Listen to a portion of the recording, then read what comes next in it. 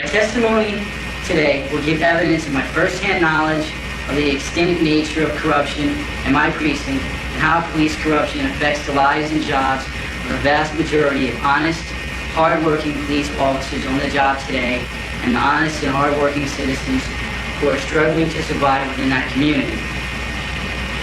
I've asked the Mollen Commission for complete anonymity because the nature of my testimony will rupture the codes of silence that exist within the department and binds on even honest police officers not to disclose matters of police corruption and misconduct. Unfortunately, I fear that the disclosure of my identity could destroy my career and possibly cause harm to me and my family. I have therefore agreed to answer the Commission's questions without providing details that may indicate who I am. To assure the public that I am a genuine police officer with first-hand knowledge of corruption, the facts to which I will testify, I have provided Mollen Commission investigators with detailed information of my knowledge of police corruption and have asked them to provide the information directly to the Police Commissioner at the appropriate time. My most fervent hope is that my testimony will contribute to a renewal of the Department's commitment and ability to prevent and uncover police corruption so that police officers will no longer have to experience the pain and fear of knowing that their colleagues have violated their oath to uphold the law. For the purposes of your testimony today, officer, I will refer to you as Police Officer Otto. Officer Otto, based upon your observations and experience as a New York City police officer, do you believe that the New York City Police Department today faces a significant problem of serious corruption? Yes, it does. And based upon your observations and experiences, has the police department candidly recognized the extent of the problem and used its best efforts to root out corruption? No, it hasn't. Officer Otto, what is the nature of corruption you have witnessed in your precinct? The nature of corruption that I have witnessed feeds off the narcotics trade. I know of police officers stealing money from drug dealers, police officers stealing drugs from drug dealers, police officers selling stolen drugs back to drug dealers. I also know of police officers stealing guns from drug dealers and selling them back to other dealers. I know of cops conducting warrantless searches of people and premises to steal drugs and money. I know of cops committing perjury to conceal their crimes. I also know the use of excessive force. What is the basis for your knowledge of these crimes and acts of corruption? It is based on working in that precinct for 5 years, my own observations, and conversations I've had with corrupt police officers. Were such acts of corruption carried out by police officers with whom you worked every day? Yes. And were these corrupt acts carried out by police officers on duty and in uniform? Yes. Dressed the way you are today? Yes. Officer Otto, can you provide us with a general example of how the kind of corruption you just described was carried out? The general example is that police officers would rouse the drug dealer, find a key, find the apartment that the key went to. They would then go into the apartment and they would search the apartment for drugs, money, and guns. And then they would steal whatever they found. I know of other police officers who would just go kick in apartment doors looking for drugs, guns, and money. Would police officers, in your experience, also get information from drug dealers about what locations they would burgle?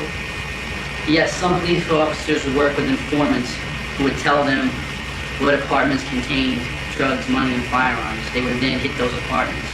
So these drug dealers became partners in crime to these police officers? Yes.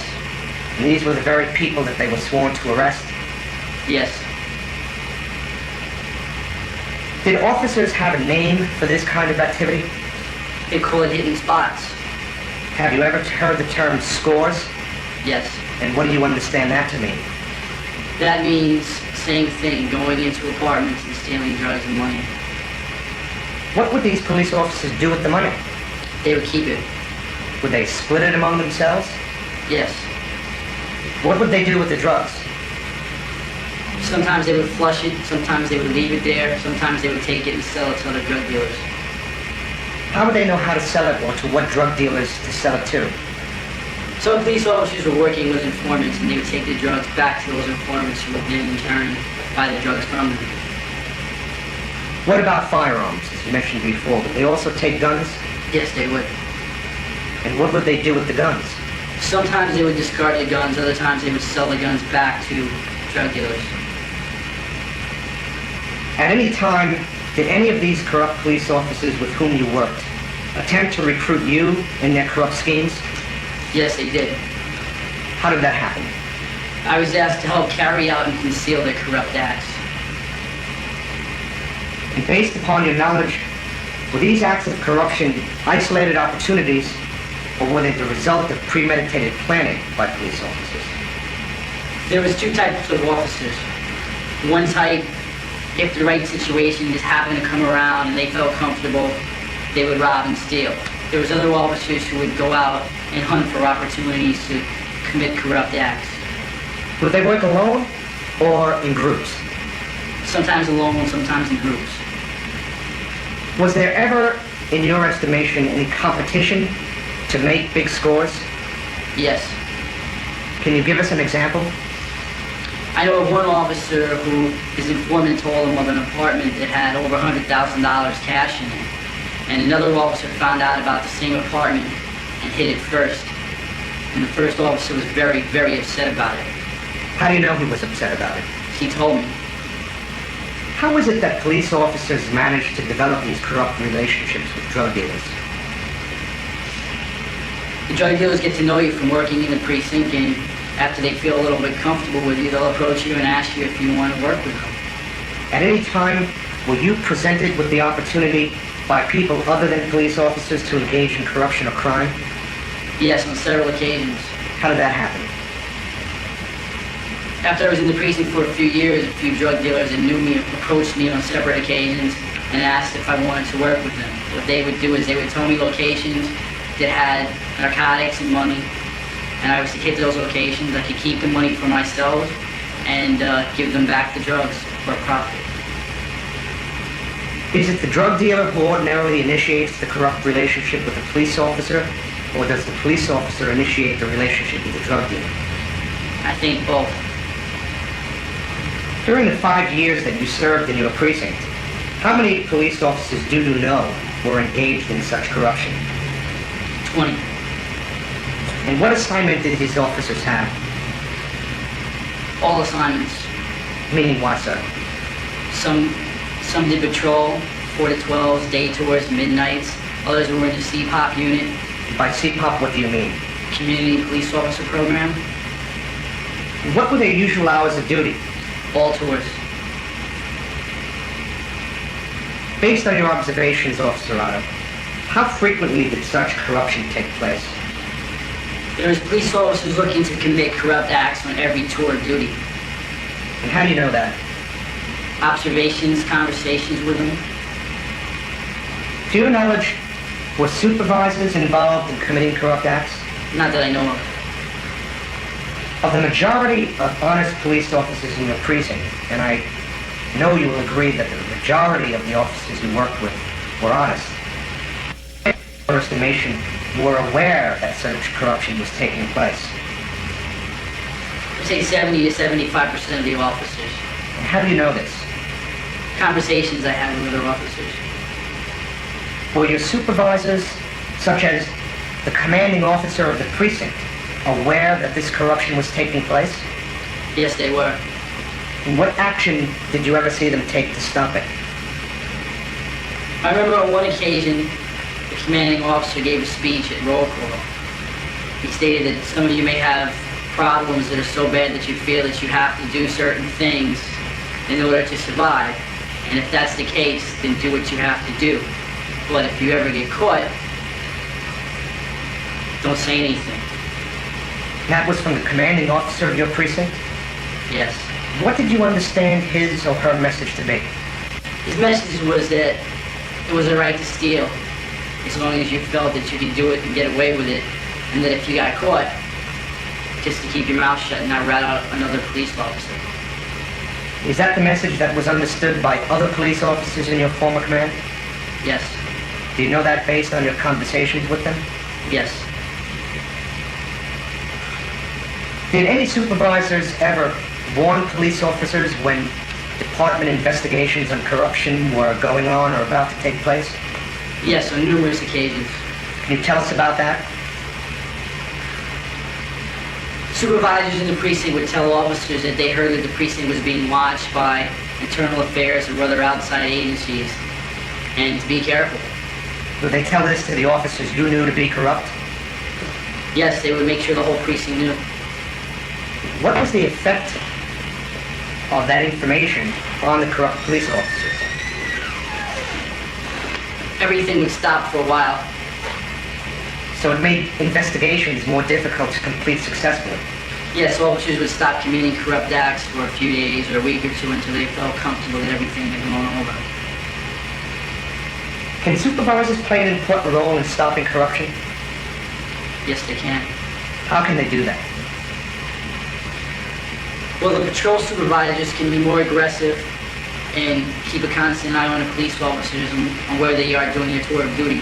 Sometimes cops would disappear for hours on end, and their supervisors wouldn't have any idea where they were. And did you generally see aggressive supervision in your precinct? Usually not. Would supervisors be likely to look the other way if corruption were taking place around them? Yes. Why do you think that's the case? The blue wall of silence. What do you mean by the blue wall of silence? It's an unwritten code that you never rat out a brother officer no matter what he does. Do you think that applies to supervisors that you've known as well? Yes, it definitely does. Officer Otto, did you ever personally report your knowledge of corruption to internal investigators of the New York City Police Department? Yes, I did.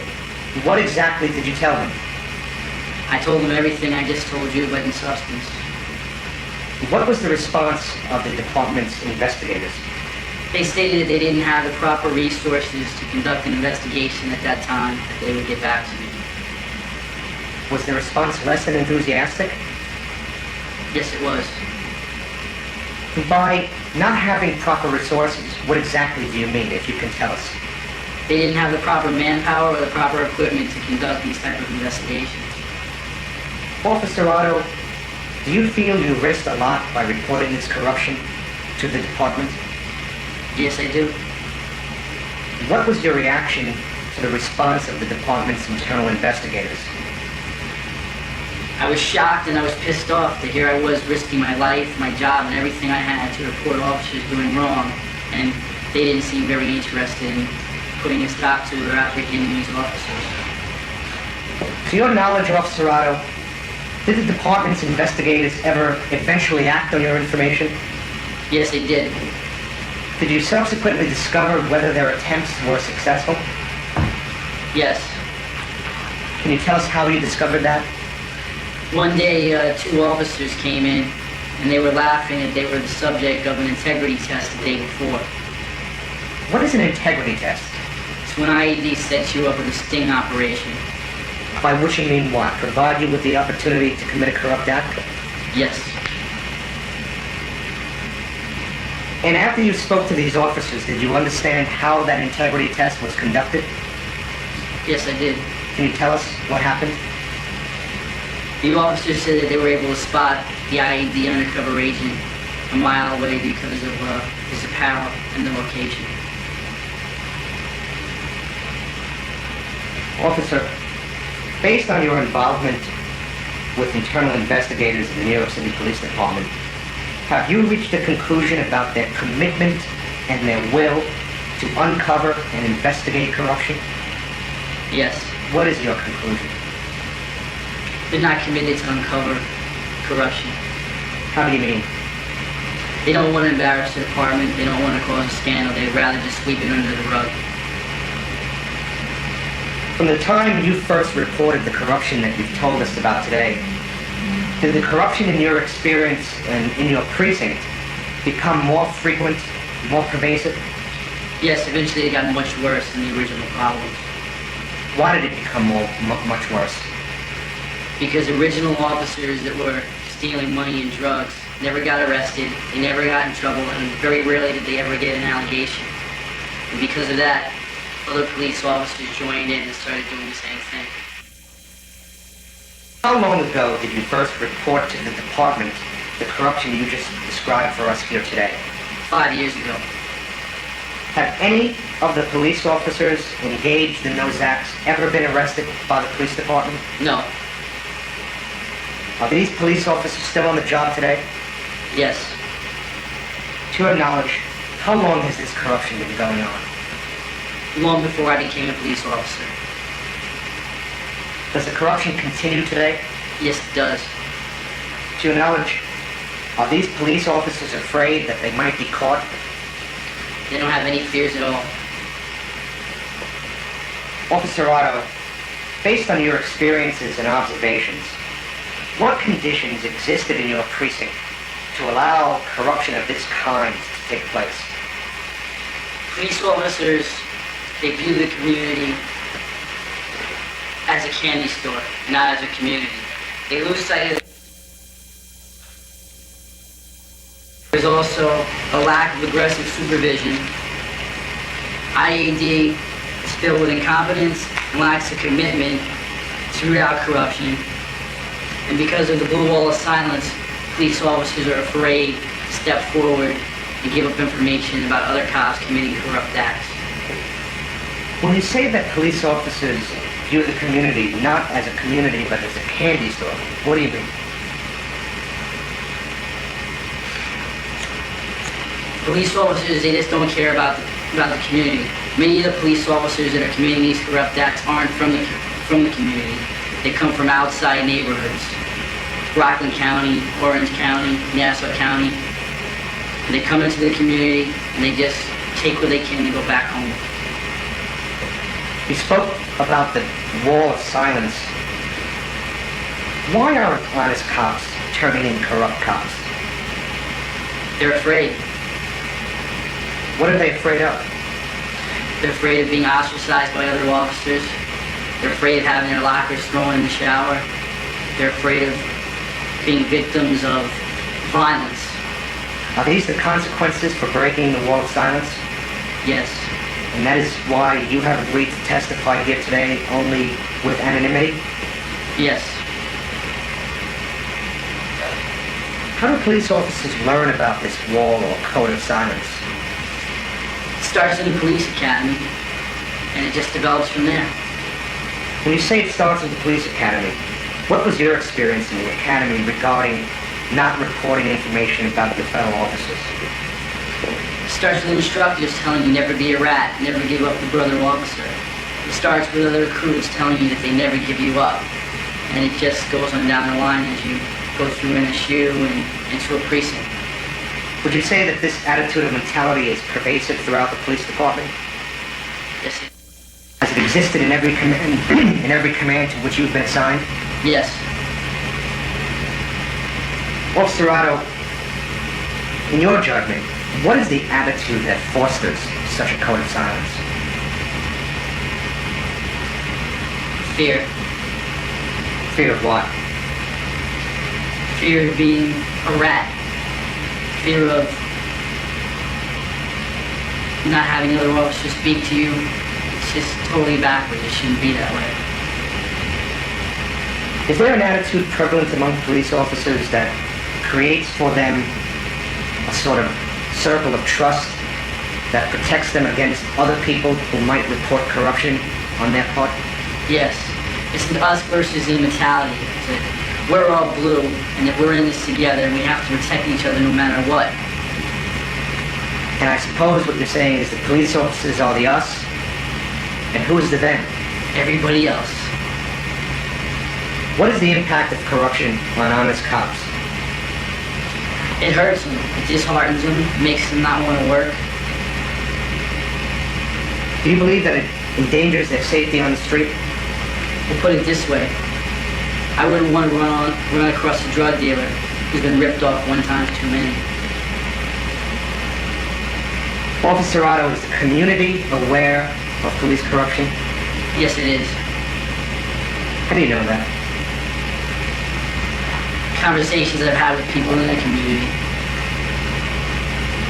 Do you believe that it affects your reputation in their eyes and their confidence in you to do an honest and efficient job? It certainly does. Officer, Do you believe that the New York City Police Department's anti-corruption systems and practices are fully committed to rooting out corruption as it exists today in the New York City Police Department? You're not committed. Is that based on your personal association with them? Yes, it is. Do you believe that this commission can assist the police department in solving these problems? Yes, it can. How can it do so? Just since the time that this commission has been formed, the police department has turned things around. They brought in a lot of new investigators. They've increased their manpower. They've brought in all kinds of sophisticated equipment that they didn't have before, all to root out corruption. And when they were the only agency investigating police corruption, they weren't doing anything. Now there's somebody else looking into police corruption.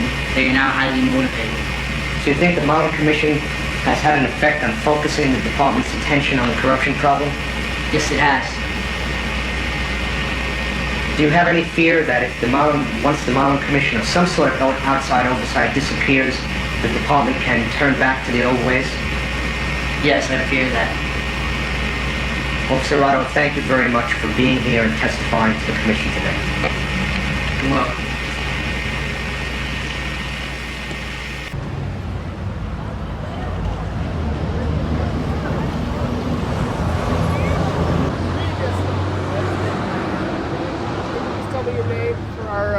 I'm Gil Bacallao. I'm the porter handyman in this building. How do you spell your last name? Bacallao. Double L-N-O? Double L-A-O. A-O? And you work in the neighborhood? I work in 3657 right here. Okay. What do you think about hearing that 12 police officers just down the street here were arrested for selling drugs? To me, that's nothing new.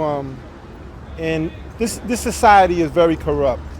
And as you can see the neighborhood, you got drug dealers on all the corners. And if you got a precinct 1 block away and you see the same faces, there's got to be some type of payoff.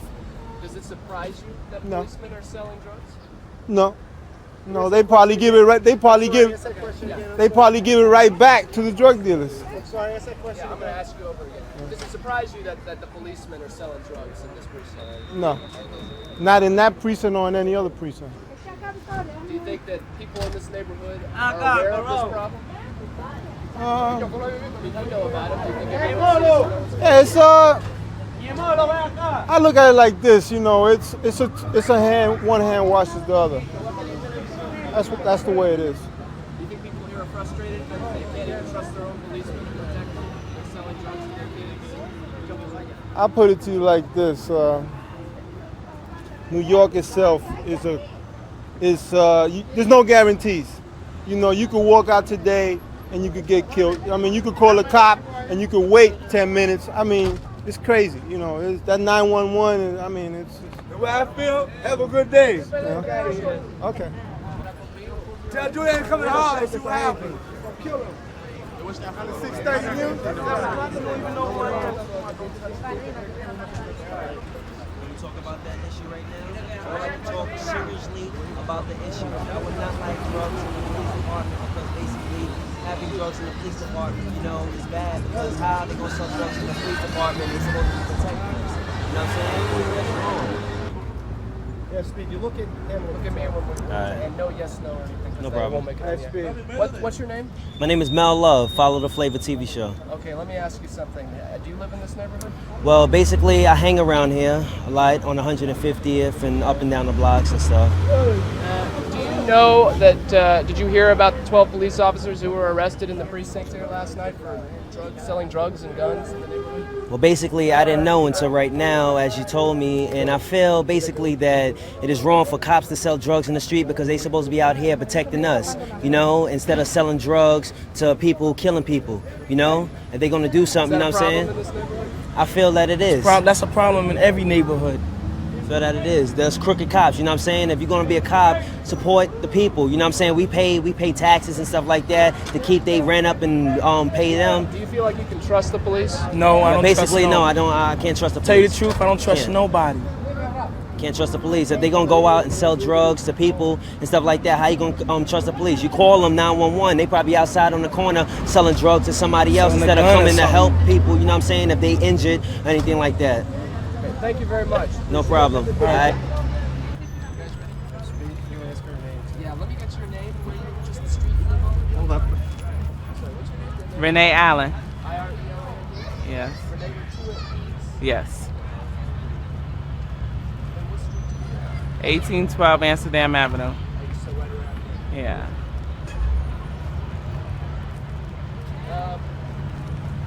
You know about the arrests that were made down here at the police precinct? There were several police officers who were arrested last night for selling drugs. No, I don't know. Do you know about any problems that the community's been having with police around here? No. I just stay indoors. I don't mind nobody else's business but mine. Let me ask you this. If I told you that there were police officers who were selling drugs just 50 yards away from this playground, out of the police precinct, how does that make you feel? I don't like that. I don't like that. That's not right. It's not right to sell drugs, period, but it's for a policeman to sell, it's not right. They're supposed to protect us, not help drug people sell drugs. That's not right. They sell drugs, they've sold guns, they've stolen money, illegal searches. How do you think that would make people in this community feel to have their police officers doing that to them? Oh, me, I don't like it. I don't know how other people would feel. But you don't know, you yourself don't know about it being a problem. No, I don't. Thank you. I got a perfect story for you over here. I got a hello. I got sir, excuse me. Just a second. Okay, so your name is Kimberly Evans, and where do you live in here? I live over on Amsterdam Avenue on 149th Street. Okay. Do you know about the fact that there were police officers selling drugs? Well, I knew about it, but I just heard about them being arrested this morning. So you knew that it had been a problem before? You knew Yeah. that there were corrupt police officers? Right, I heard about it way before they got arrested. What do people in the community think about that? Well, nobody's really saying anything. They're not communicating about it, but a lot of people said they knew it was going to happen because of the policemen in the area. But people knew that it was going on, that they were. Hold up. Okay. Excuse me. Don't do that. Thank you. Go ahead. So people in the community knew that there was a problem. Yeah. Mm-hmm. And what exactly did you know was going on before it happened? Well, I just heard that there were a lot of policemen in the area that were dealing in within the community, the people that were dealing the drugs in the community. I heard that there were a lot of policemen in the community that were in with it. Right. Did anyone try to do anything about it before? No, not that I know of. And how does it make you feel as a mother to have corrupt police officers just maybe 50 yards away? Well, it makes me feel very bad because I live in the community and I have a 4-year-old daughter, who plays around here. And if that's going on, then who can we trust? Who can we trust to go to if something bad happens to one of our children? We can't trust these cops because they're dealing in with the bad guys in the community. Do you think this is a step in the right direction, though? That they were arrested, of course. Yes. Do you think there might be more? Do you think there might be more corrupt police officers? Yeah, I think there's a lot of it going on, but there's a lot of hush-hush about it. But being that the 12 that got arrested, it's a good step in the right direction. Okay, thank you very much. You are fine. Come on, please. Look, you're gonna be on the news. See the news people? Don't talk to me. I'm down the slide.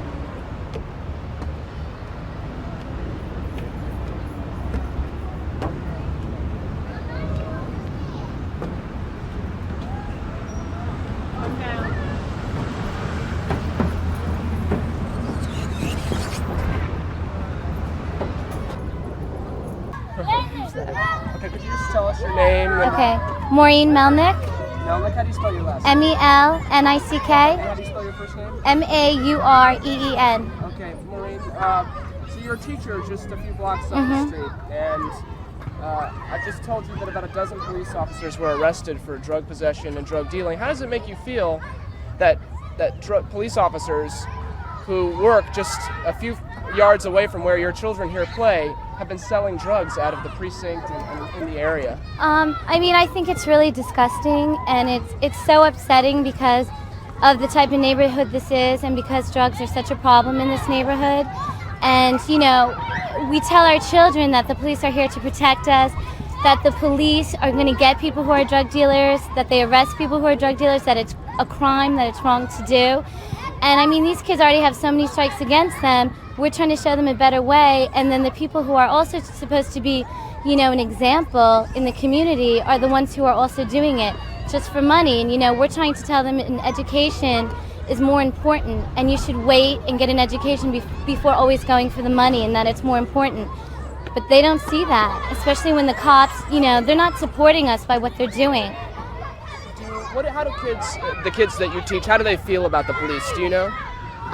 You know, I really don't know. It's not, a lot of kids, unfortunately, have had bad experiences with the police, you know, in their apartment buildings or within their families. So I really don't know. I mean, I think it would be interesting to ask them individually how they felt about the police, because I think their answers would be very different depending on the experience they had. So do you think that this is a good step in the right direction, that the city's involved in trying to clean up the police department? Absolutely. I really do. I mean, I know there's cops out there who are very good, you know, and they don't want to think that the police officers are getting a bad name, but when you look all over the city and how much corruption there is in everything, including education, you know, we have to start cleaning up somewhere, because, you know, this is the future right here. We're telling them something, but nobody's following through, you know. It's really a lie.